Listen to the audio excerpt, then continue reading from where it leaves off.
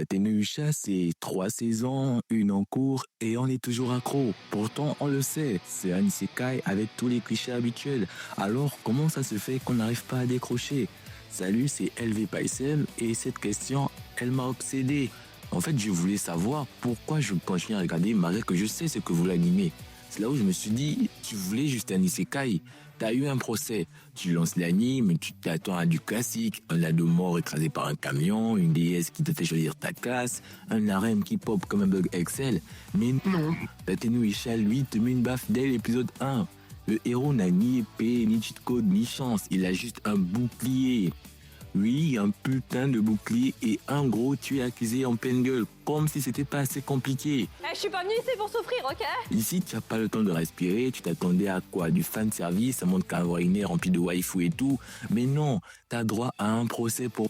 Et c'est là où l'anime te dit, bienvenue dans l'eau, les Nerdom Medieval Victimes spéciales. C'est pas un isekai, c'est un cauchemar juridique avec des dragons. Et pourtant, tu restes, tu cliques épisode suivant parce que t'es pas là pour rigoler, ou plutôt si, mais en pleurant. Et c'est là qu'on rencontre Naofumi.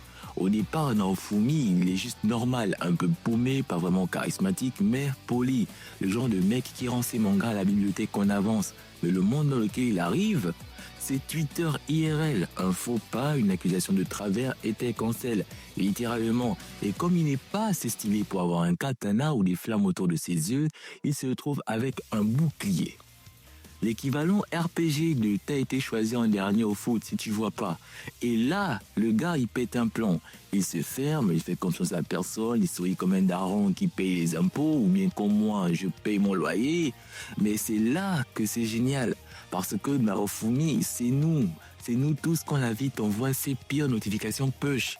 C'est du genre, tu viens de te faire trahir, accusé à tort, et t'as aucun pouvoir. Bonne chance. Et au lieu de pleurer dans un coin, il charbonne, il devient un entrepreneur de la misère, il vend des potions, élève des esclaves, tacle des monstres, en bref, un vrai star-upper de la souffrance. Ce gars ne devient pas OP avec un artefact magique comme l'autre là dans Arifureta, non. Il devient OP avec du sel, du trauma et de la volonté. Un vrai self-made hero. Et comme tout héros brisé, il attire d'autres âmes en miettes. En gros, dans Tatenuisha, on n'a pas droit à un harem, mais une réunion d'âmes en ruine. Tu vois, Aftalia, tu te dis, oh, c'est esclave mignonne, ça va virer en waifu direct.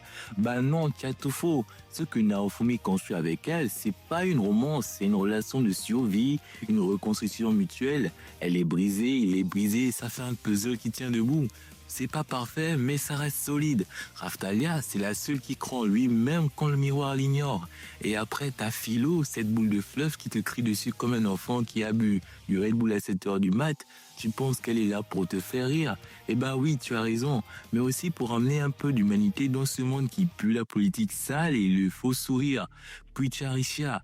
Rishia, c'est la meuf qu'on aurait kické de tous les groupes Discord. Elle pleure tout le temps, elle foire tout, mais elle est là. Et quand elle est là, ça se sent. Et dans la saison 2, elle se révèle. Elle prend ses responsabilités, elle grandit. En bref, elle évolue. Donc, Tatenuisha n'a pas droit à un harem. C'est une thérapie de groupe sponsorisée par le désespoir. Mais ce n'est pas la team qui est bancale, c'est le monde entier. Derrière le monstre se cache un monde plus toxique que les réseaux sociaux. Tu crois que les vagues de monstres sont les véritables dangers? Eh ben non, t'as tout faux. Les monstres, ils sont clairs, ils t'attaquent, tu te défends. Les vrais démons, c'est les humains. La famille royale, les héros maudits, les journalistes du royaume qui devraient bosser chez BFM Fantasy. Ils t'utilisent, te jettent et te pointent du doigt en souriant. Et Tatenuisha, il te montre ça en mode doucement mais violemment.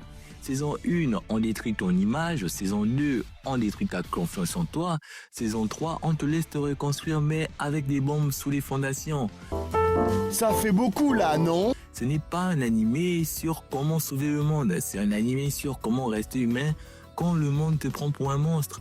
Et ce que t'aimes chez Naofumi, c'est pas sa force.